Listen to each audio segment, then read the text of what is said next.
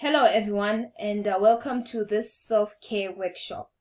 I'm really excited to be with you today, and we'll be talking about the factors of depression and how to cope with it, the basic self-care strategies.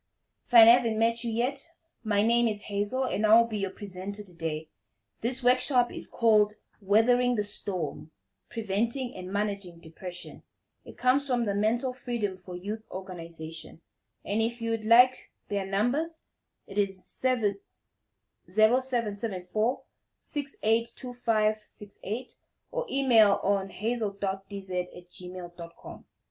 Before we start, please make sure you have one of the pens and booklets for the question session, because during this presentation there'll be a section where you'll be given a chance to journal some of your thoughts.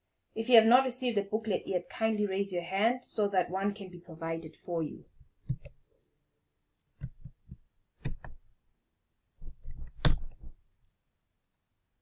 For starters, everyone, young and old, has felt overwhelmed and depressed sometimes.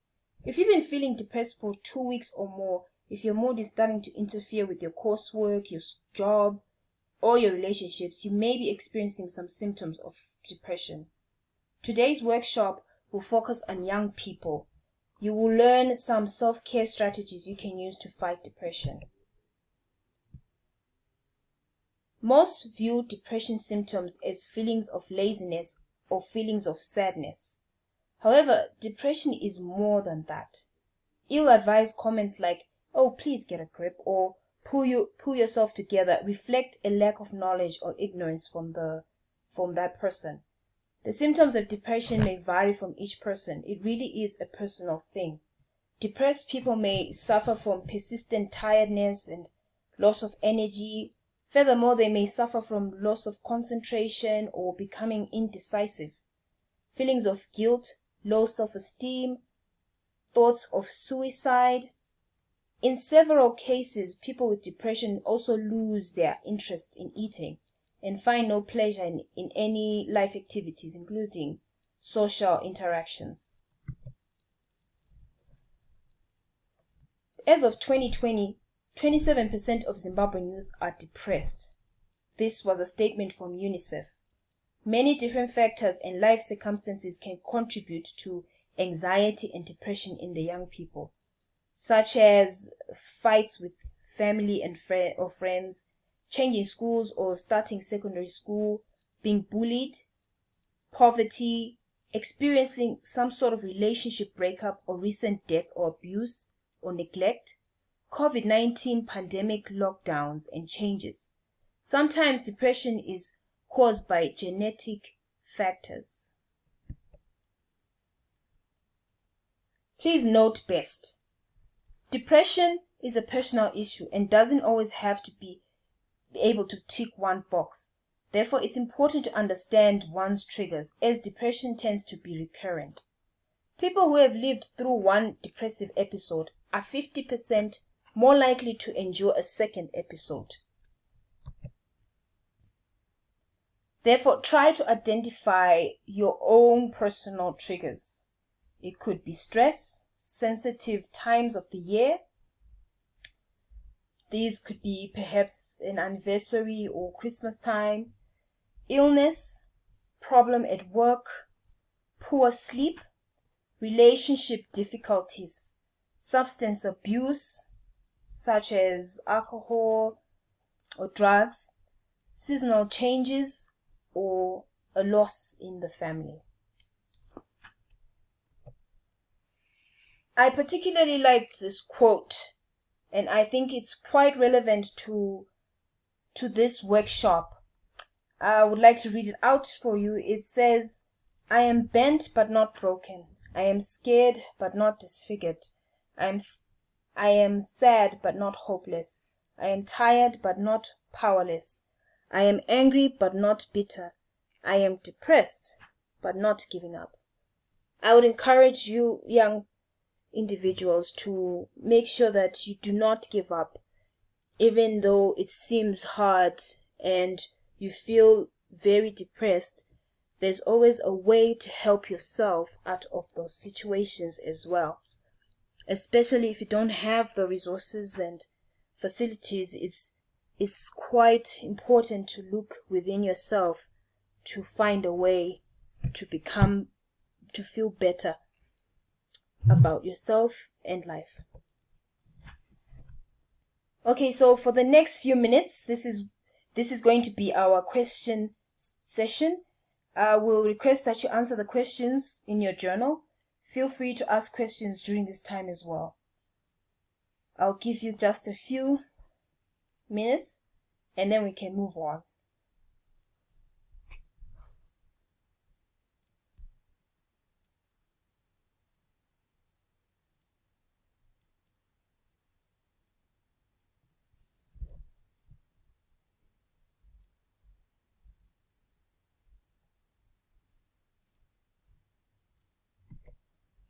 Okay, moving on to basic self-care tips. When dealing with depression, proper stress management is very essential.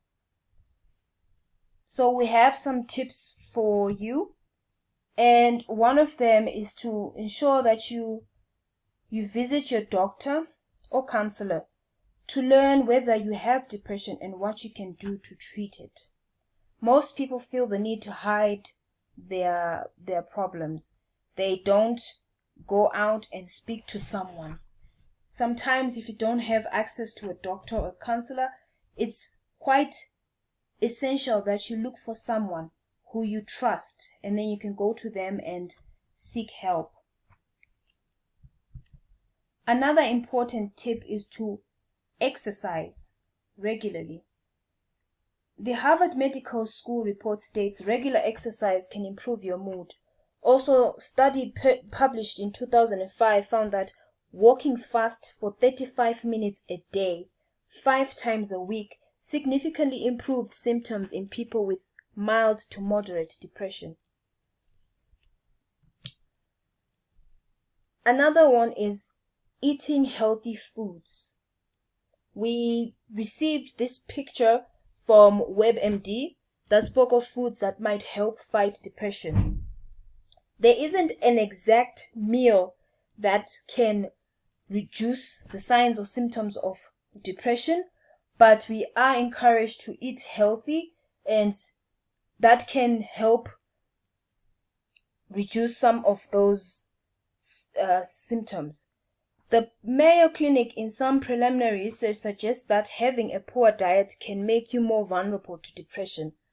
Researchers in Britain looked at depression and diet at over 3,000 middle-aged office workers over the course of 5 years, and they found that people who ate junk food were more likely to report symptoms of depression. So it is essential that you eat veggies and you eat fewer processed food or junk food. Another essential tool is practicing relaxation techniques. There are so many relaxation techniques, but I managed to list some of the most important ones that most people use, which is mindful meditation, repetitive prayer, breathing, breath focus, and there are many other exercises such as relaxation exercises like journaling. So I would like to highlight that prayer is a very essential relaxation technique as well.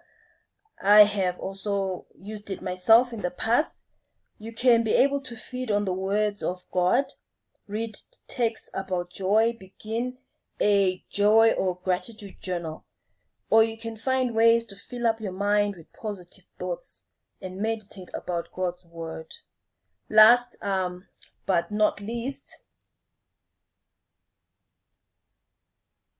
please feel free to seek for help from your doctor or your counselor for help, or you can go to your local community health center. There is Harare Central Psychiatric, which is got a phone number 294-62100, or you can contact the Friendship Bench, which is 0784-236633. You can contact us as well at MF4Y and we can be able to assist you to find help. Okay, we've come to an end to our presentation. Thank you very much for attending this workshop. I hope it has been helpful to you. Please feel free to like and follow our content on all social media platforms where we discuss more about issues on mental health. It is a time for questions and the question section. Thank you so much. Have a good day.